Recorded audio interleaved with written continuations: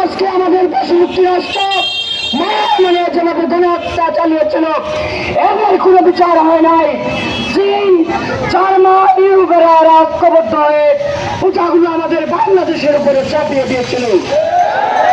সবাই ঐক্যবদ্ধ হয়ে তীব্র নিন্দা ও ঘৃণা জানাই।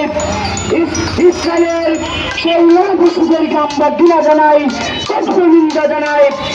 আজকের যে ফিলিস্তিনের অসহায় মুসলমানদের পক্ষে যেন আমরা এক একজন আমরা কাপড়ের কাপড় গায়ে জড়িয়ে ফিলিস্তিনে দেওয়ার জন্য আমরা প্রস্তুতি গ্রহণ করি। আমা তাইয়িদুল্লাহ বিল্লাহ। আসসালামু আলাইকুম ওয়া রাহমাতুল্লাহ। সংগ্রামী দুঃখিত জনতা, এই পর্যায়ে বক্তব্য নিয়ে আসবেন আমাদের শ্রদ্ধা জামালউদ্দিন জনাব মাওলানা জামাল হোসেন বারাকাল্লাহু হায়াতুহু।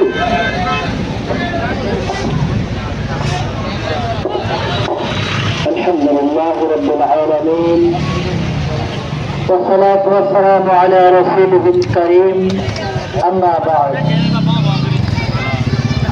উপস্থিত সম্মানিত মুসলমান প্রিয় মুসলিম ভাই ও বন্ধুগণ, আসসালামু আলাইকুম ওয়া রাহমাতুল্লাহি ওয়া বারাকাতুহু।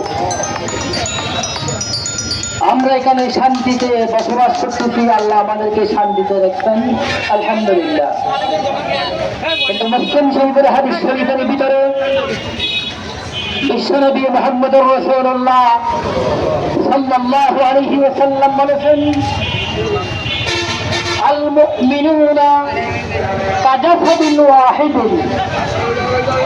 সমস্ত দুনিয়ার সমস্ত মুসলমান, সকল মুসলমান একটা দেহের মতো। কেউ যদি চোখে ব্যথা পায় তাহলে ব্যথা অনুভব করে তার মতো উহা শব্দ ব্যবহার করে। কেউ যদি মাথায় আঘাত হয় চোখে ব্যথা অনুভব করে, চোখ দিয়ে পানি যায়।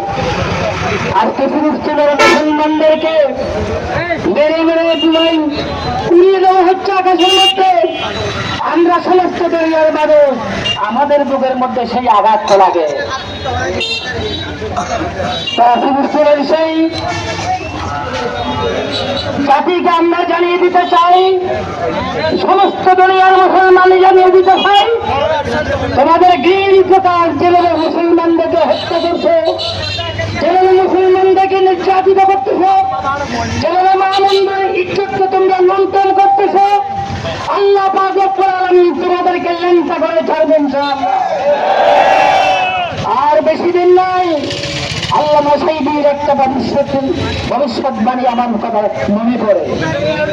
আল্লামা সাঈদীকে আমেরিকা যাওয়া নিষেধ করেছিল, সে যেদিকে যায় ওদিকে মুসলমান বেড়ে যায়, এজন্য সাঈদীকে আমেরিকা যাওয়া নিষেধ করেছিল। সম্মানিত উপস্থিতি, সাঈদী সাহেবের ভবিষ্যৎবাণী হলো আর বেশি দিন নাই, অন্তত যে হারে মুসলমান পৃথিবীতে বাড়তেছে, আমেরিকায় মুসলমান যোগ দিচ্ছে মুসলমানদের কাতারে, অন্তত 20 বছর পরে আমেরিকার সরকার হবে ইনশাআল্লাহ মুসলমানদের সরকার। তখন আর এই অত্যাচার, এই জুলুম মুসলমানদের উপরে করা যাবে না। ইতিহাস আপনারা দেখেন, ইতিহাসের পাতায় 1945 সালে ইসরায়েল নামে কোন রাষ্ট্র ছিল না। হিটলার যখন জার্মানি থেকে তাদেরকে মেরে মেরে শেষ করে দিয়েছিল, মুসলমান তো তাদের মন কাপড় জড়ালো, মুসলমানরা বলেছিল তোমরা আসো, আমরা তোমাদেরকে জায়গা দেব। তখন আমরা জায়গা দিয়েছিলাম, জায়গা দেওয়া কি আমাদের অপরাধ?